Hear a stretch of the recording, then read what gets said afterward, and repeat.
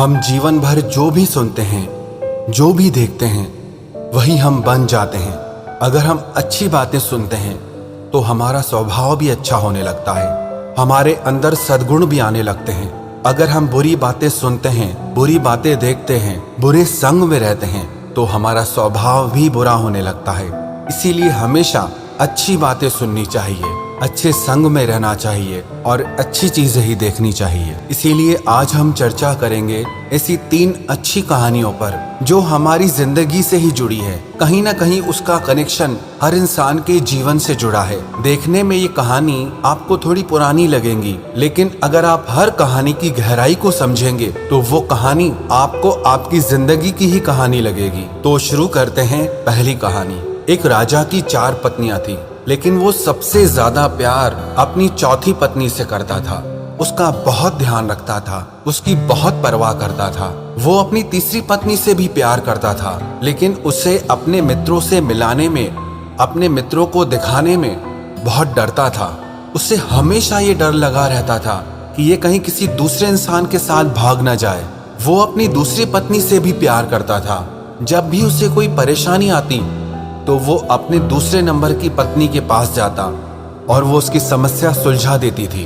लेकिन वो अपनी पहली पत्नी से बिल्कुल भी प्यार नहीं करता था, जबकि वो पत्नी उससे बहुत प्यार करती थी, उसकी बहुत देखभाल करती थी। एक दिन वो राजा बहुत बीमार पड़ गया और उसे इस बात का एहसास हो गया कि वो अब मर जाएगा। उसने अपने आप से कहा, मेरी 4 पत्नियां हैं, उनमें से किसी एक को मैं अपने साथ ले जाऊंगा। जब मैं मरूं तो मरने में वो मेरा साथ दे। तब उसने चौथी पत्नी से कहा, क्या तुम मेरी इस मौत में मेरा साथ दोगी, मेरे साथ चलोगी? तो वो बोली, अभी तो मेरी उम्र बहुत छोटी है, अभी तो मैंने कुछ देखा ही नहीं है, मैं आपके साथ नहीं चल सकती। फिर उसने तीसरी पत्नी से पूछा तो उसने कहा, नहीं, मुझे अपनी जिंदगी से बहुत प्यार है और जब तुम मर जाओगे तो मैं दूसरी शादी कर लूंगी। फिर उसने अपनी दूसरी पत्नी से कहा तो वो बोली, मुझे माफ कर दो, इस चीज में मैं तुम्हारी कोई मदद नहीं कर सकती। ज्यादा से ज्यादा मैं तुम्हें दफनाने तक तुम्हारे साथ रह सकती हूँ। अब उस राजा का दिल बैठ गया, वो बहुत दुखी हो गया।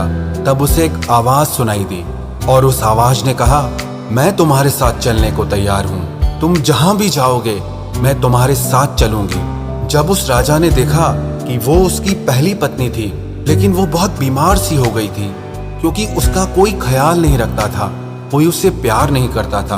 अंत में वो राजा बहुत पछताने लगा, बहुत रोने लगा।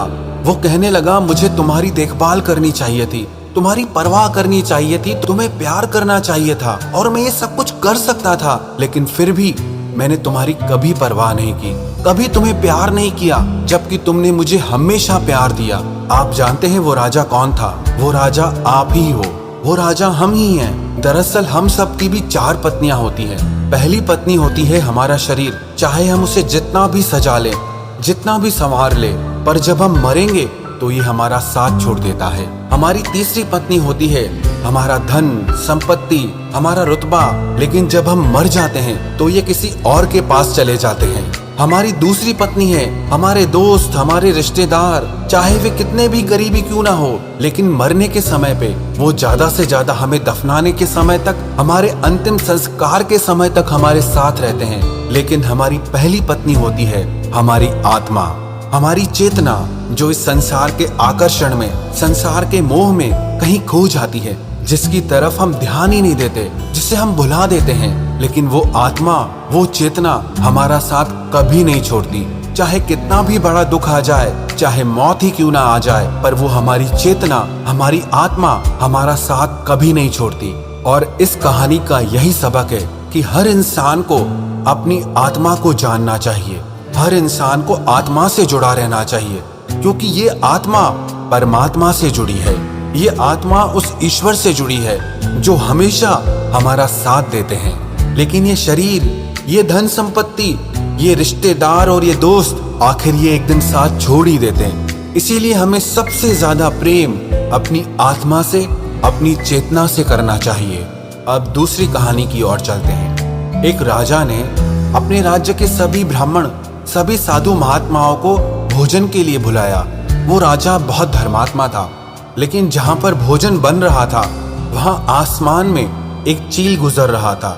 उस चील के पंजों में एक सर्प था जो उसके पंजों से छूटकर उस बनते हुए भोजन में आके गिरा, जिसके कारण वो भोजन विषैला हो गया, उसमें जहर आ गया और उस भोजन को खाने से कई लोग मर गए। जब राजा के यहाँ भोजन खाकर बहुत से लोग मरने लगे तो उस सारे शहर में उस राजा की निंदा होने लगी। सब उस राजा को गालियां देने लगे, उसकी बुराई करने लगे कि कैसा राजा है, अपने घर ब्राह्मणों को महात्माओं को बुलाकर उनकी हत्या कर दी इसने, बड़ा अधर्मी राजा है। वो राजा भी मन ही मन बहुत रोने लगा कि ये क्या अनर्थ हो गया, मैं तो महात्माओं को खुश करना चाहता था और बदले में मुझसे इतना बड़ा पाप हो गया।